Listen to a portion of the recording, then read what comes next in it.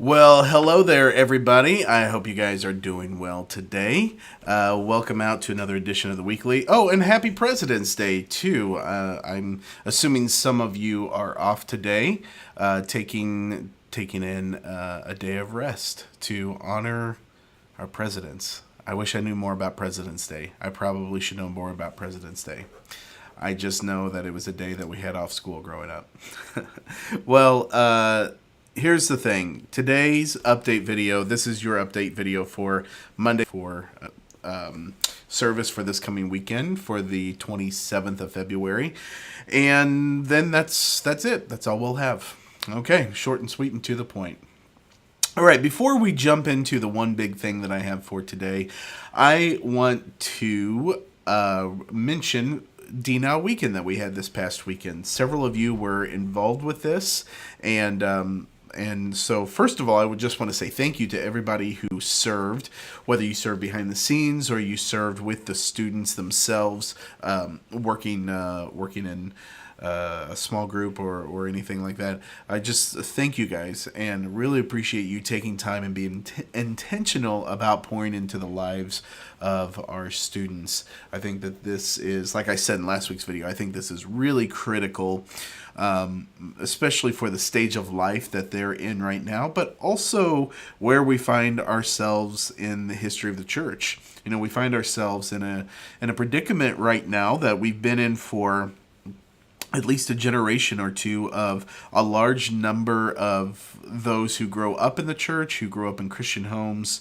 who have godly influences around them, walking away from the faith. And they're walking away because of the absolute dominance of the culture and the society around them within their lives. It has to do, I mean, it's very, very complex, but, you know, part of the issue is the amount of influence that they have due to social media, due to the advertising industry, of course, due to the influences that they find themselves in within their individual environments, whether it be schooling or extracurricular activities. They can find themselves in a number of different situations in which a system that has set itself against God has an overwhelming torrent of influence within their lives. And so when we, as God's people, those tasked with training up the next generation, not only our own kids, but all of the kids within our faith community here, when we can do something intentional to provide influence and to provide training in the God of the Bible, I think it's absolutely critical that we take that opportunity. We are called to be people of the Word, and it is the Word that transforms us, of course, through the Holy Spirit. And as people of the Word, we have to take seriously the study of the Word, but also the teaching and the transmission of the Word. So all that to say, I want to say thank you. I don't just say thank you out of obligation to say thank you after a big event. I say thank you because of everything I just explained right there.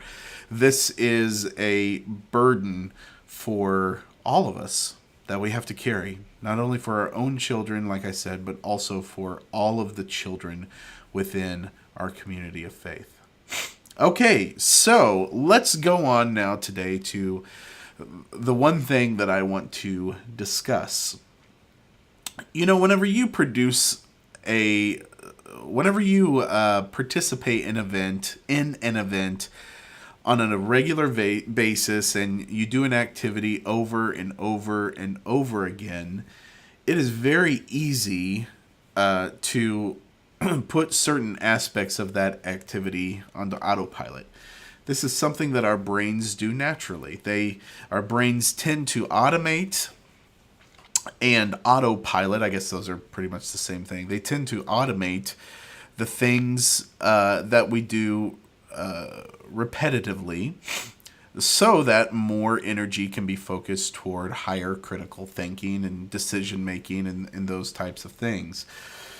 And that is a good thing whenever it's harnessed for good. It is a bad thing, though, whenever you live in a world where entropy is a thing. When you live in a world where things bend toward chaos, autopilot can be a difficult feature to work with and to harness. And because of that, I think over time, whenever you produce worship services week after week after week, and you do similar things week after week after week, if you're not intentional and if you don't have regular checkups, I think that it is easy for standards to slip. It's easy for things to become routine, which should be fresh every week. And so I want to go through. I've taken a few minutes today to jot down some thoughts and some observations that I've had, but I'm calling these the 7 best practices for producing worship services. That's not a very attractive title. It's very literal as to what this list is going to be, but I do hope that this is going to be a really helpful reflection and some feedback on what our services are like from week to week. Things that I've noticed and things that I think we can grow in and get better in. Okay, so the first thing that I want to present here today, as far as a best practice, this is the golden rule, right? This is, we all know this one, and that is do as you would be done by, or themselves into a situation. But imagine for a moment that you were, I might be having some internet issues here. Sorry guys, if that's the case, I'll upload a recording after I finish. So if you were in that situation where you were able to sit in a service and have someone serve you, how would you want them to serve you? Let me ask, how would you want them to run sound? How would you want them to run lyrics?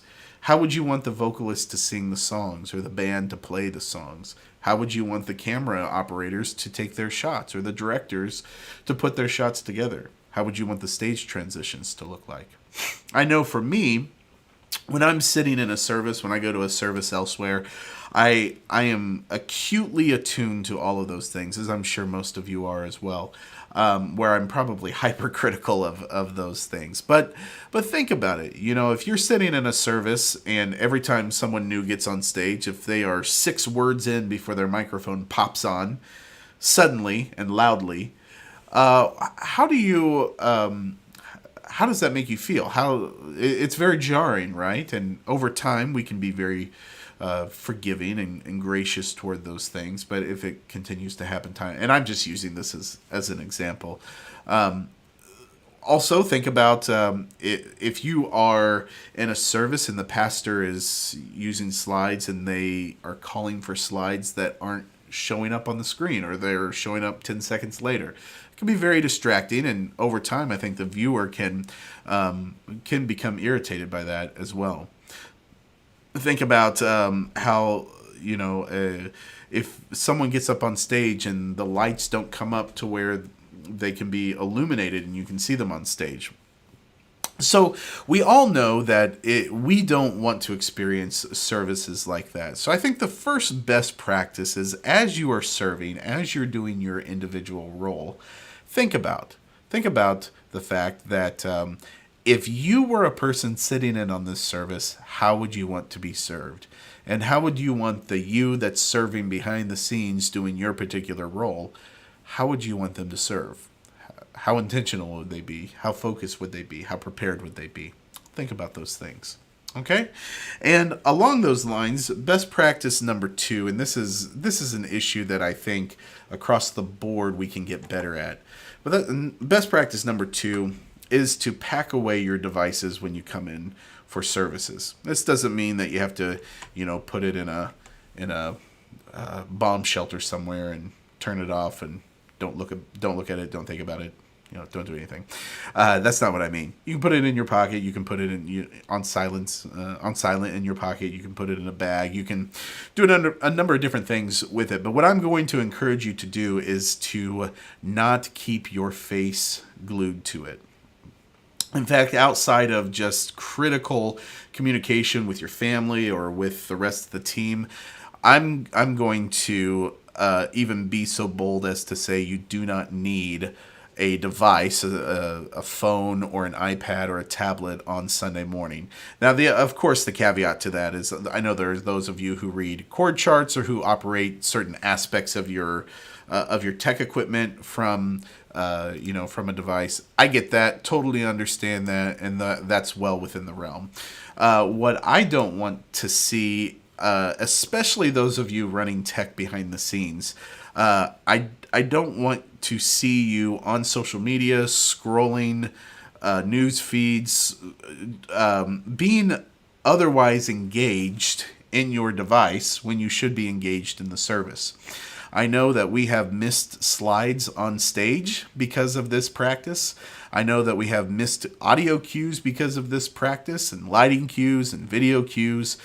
And so I'm going to ask you not to do it. It's not a great way to do as you would be done by, but it's also a problem, and it's one that comes up to me often. So I Sunday mornings devices need to be packed away. Now, you may say, okay, well, what about those backstage? Well, I'm also going to encourage those of you backstage to pack them away.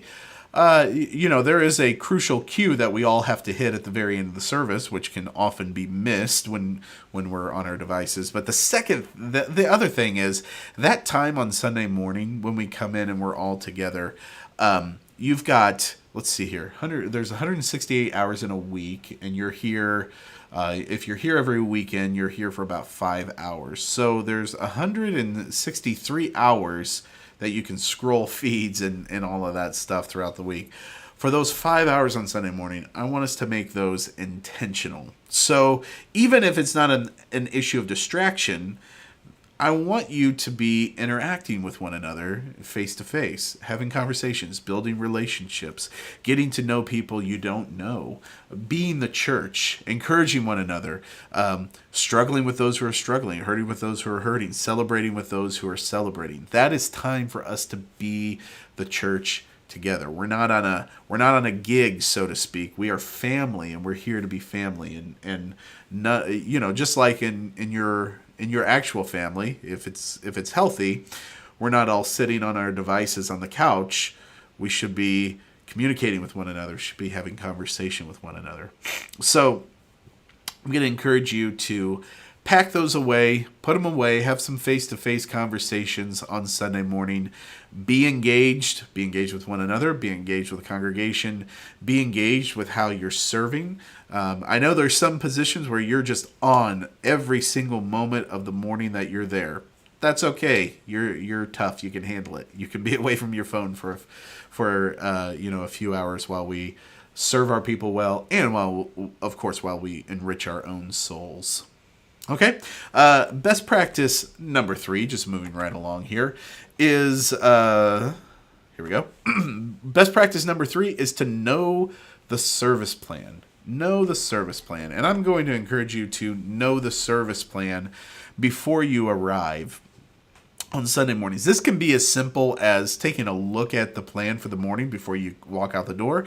Ideally, taking some time in the week to look and to see what are the songs, what are the transitions, how does what's happening in this plan relate to my role on Sunday morning, so that I'm taking ownership of my role. I'm not just walking in and being a cog in a wheel somewhere, but I'm actually taking ownership of my role and bringing intentionality and forethought to it.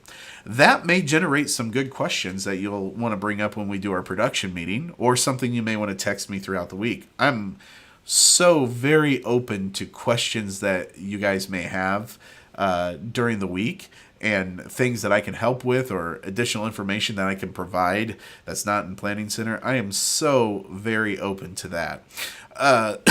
Excuse me. What's more difficult is to deal with, what's more difficult is when we're not all on the same page. That's what I should say for Sunday morning. All of us being on the same page is very helpful. Now, obviously, for the musicians, you guys need to know the music forwards at least. and ideally forwards and backwards, but I've never learned any song backwards, so I'm not going to say that. But you need to know the music very well for Sunday morning.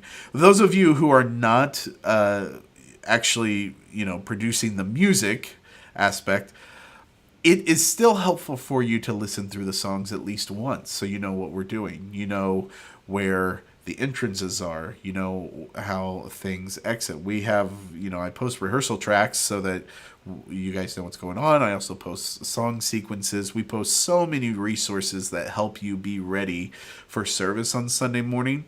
So think through what your role is and how you can bring that extra level of preparation and intentionality to the Sunday morning service. Okay, number 4. Number 4 applies to most of you, probably not all of you, but set the atmosphere. Is atmosphere spelled incorrectly? It is. It's missing an E on the end. Set the atmosphere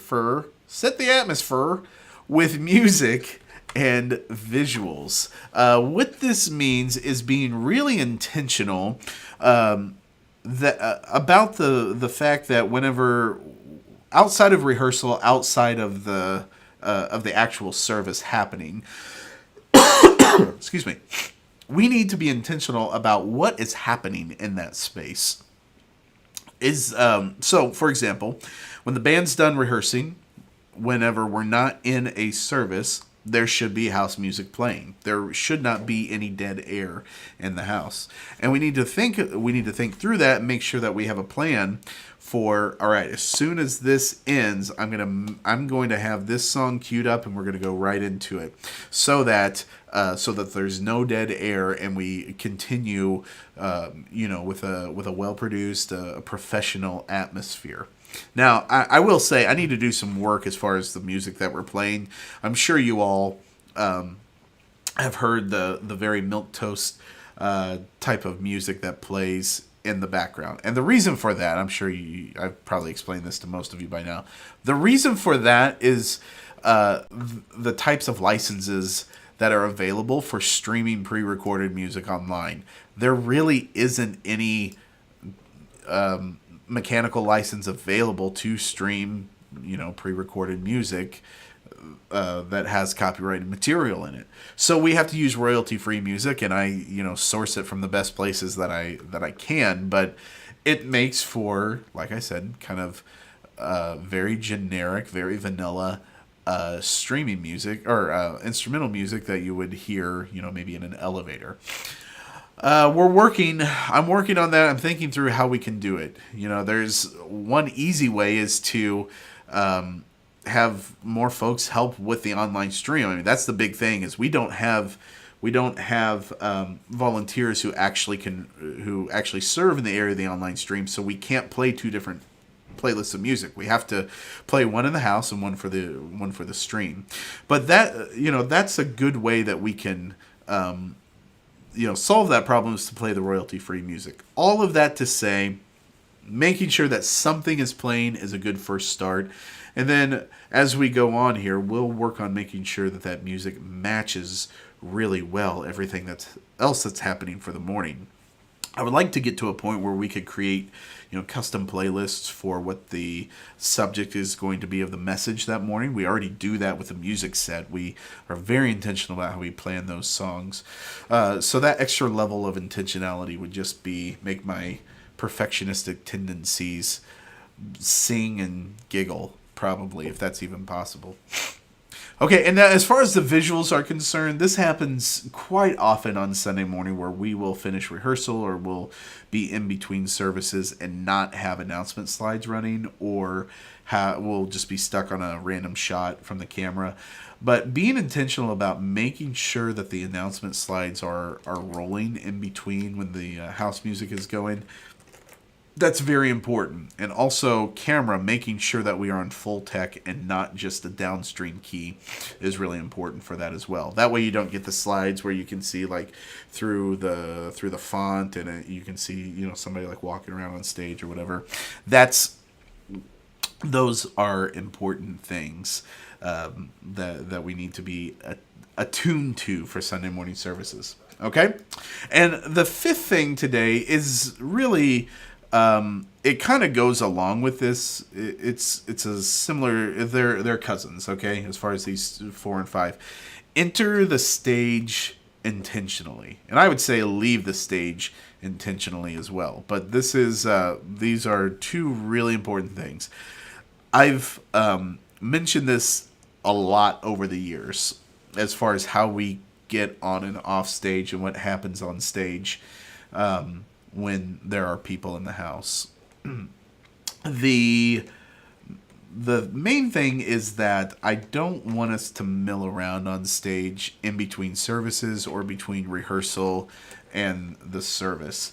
I want I want there to not be a scene of chaos when people walk in on stage, but I want there to be a scene of calm. I want there to be set up an anticipatory atmosphere, I guess. They're anticipating what's going to happen on stage. Now I know we have the band meet out on stage or the band and production team meet out and pray.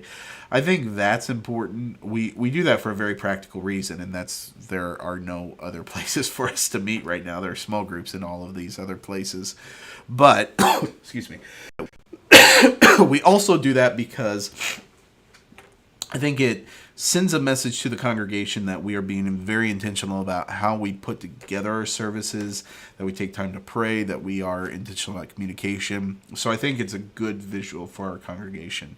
But once that meeting's over, I want us to clear the stage. Once the services are over, I want us to clear the stage. And then whenever we come back out on stage, I want us to come back out together as a team to get all at once. I don't want us to trickle onto stage or mill around. I want it to be ensemble on, ensemble off. Ensemble on, ensemble off. It's more professional that way. It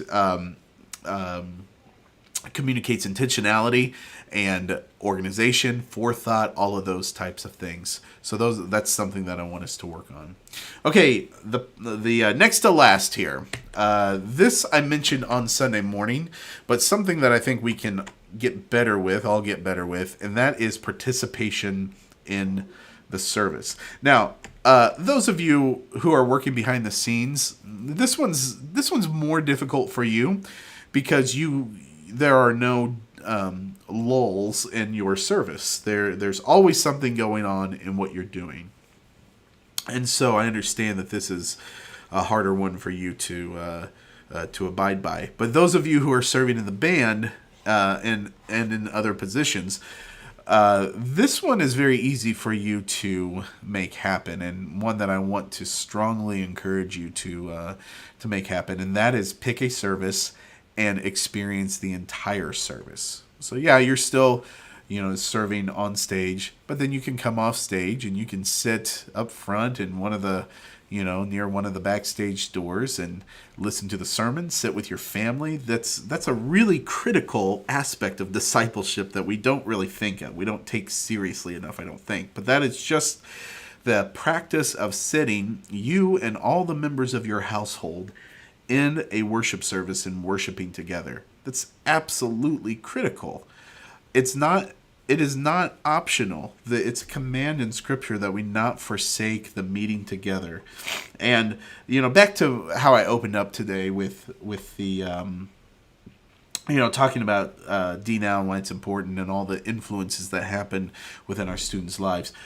This is a way that you can be a very positive influence toward the things of God, toward God's standard, is to sit in service together as a family and worship together, worshiping the same God, all of your focus and intention being drawn together toward your Maker and your Creator. So I want to encourage you in that. Please don't just come in and serve and leave and not participate in the means of grace offered to you week after week. Please, please, please be an active participant and active member of this congregation. None of us are here on a gig. That's me included. None of us are here on a gig. We are all brothers and sisters in Christ, called together to this congregation in this moment of time to honor the Lord, to serve the Lord, and to make his name known among the nations. This is the way that we do it. This is, or I should say, this is part of how we do that. All right, finally, big thing here. Only applies to a few of you, but I think that it's important that all of you know this, and that is maintain the front of house while the congregation is present. What does that mean? Maintain the front of house. Well, in the world of hotel and restaurants, live event productions, these types of high-end kind of service industries, there is this, there's what's called the front of house and the back of house. If you've ever been to Disney World, you can see this concept played out before your eyes. If you go to, if you go to the Fox, you can see this happen before your eyes. If you go to anything besides, what do they call? Well, I was going to make a joke there. If you go to some place to eat besides McDonald's, you'll see this. White Castle. I'm going to use White Castle as the example. I don't know how that escaped my memory there. Okay, anytime you go to a live event or where you are being served at an extremely high level, there's what's called the front of house and the back of house. And when you're in the front of house, you are maintaining a level of professionalism, a level of being put together, of being intentional, of communicating clearly and professionally. Okay, so here's what I mean by maintain the front of house while the congregation is present. That means that, as I mentioned before, being intentional with your music and your visuals, okay, making sure that we don't have dead air within the house and that we aren't, just having a black screen or a random camera shot on the screen, but we are professional and intentional about that. Entering the stage professionally, not milling around, those are really important. But the big one, I experienced this just yesterday, so this is top of mind for me, is how we end the service. Okay, so yesterday morning, I played bass, and by the time that we ended the service, I turned around, set my bass down. By the time I turned back around, all of the projectors were off, the camera system was down, and the house lights were completely off. And we still had like half to 3/4 of the congregation in the sanctuary. That is not maintaining the front of house while the congregation is present. All right, we are not serving them well, and in fact, we're sending the message to them. Okay, we're done. Get out. And that is not the message that I want to send to them. Okay. Now, I've discussed this a few years ago, and the rule that I put forward then was to say, I want you to stay at your station 10 minutes after the service is over. And I think that's a good rule. Honestly, most people are clearing out in the first 3 to 5 minutes, but I'm going to say stay at your station, keep everything live until everyone is, for 10 minutes or until everyone is cleared out. Now, if they're still hanging out after 10 minutes, that's fine. They're not probably going to leave anytime soon. But keep the house lights on, keep the camera system on, keep the projection going, keep the announcement slides going. You know, those announcement slides are really important for events and things that are being promoted throughout the church. And, there's at least half of the congregation who doesn't catch them before the service, who could and might catch them after the service. So that's really critical. All right, maintain the front of house while the congregation is present. Again, 10 minutes after the service, we got to keep all tech live. Audio, lighting, cameras, everything. 10 minutes. You won't, there will still be a seat for you at Denny's after service, okay? There's nothing life-altering that's going to happen in the 10 minutes. I know everybody wants to get out. I totally understand that. It's done. We want to go home. Our families are waiting on us. That's fine. But 10 minutes after service time, keep those things active. 10 minutes after service or until everyone is out of the house. Okay? Well, this has gone pretty long today. We're at 30 minutes now. So I'm going to go on over here to the plan for this weekend. and talk through what we have planned, because it's going to be a little bit different of a weekend. First of all, no pre-service music this Sunday morning. We will start off with this song that that we introduced, I guess, 2 weeks ago, called "God Is For Us," key of E flat. And then we'll go from there to "Speak to the Mountains." I know for a fact this one's actually going to go from A flat to G. So, yeah, see, I'll adjust that once we're finished here. We'll go from "Speak to the Mountains" in the key of A. This will be Sheila leading, not Elizabeth. And then into "Welcome and Greeting" at that point. We're putting "Welcome" here so that we can transition into a choir special for Sunday morning.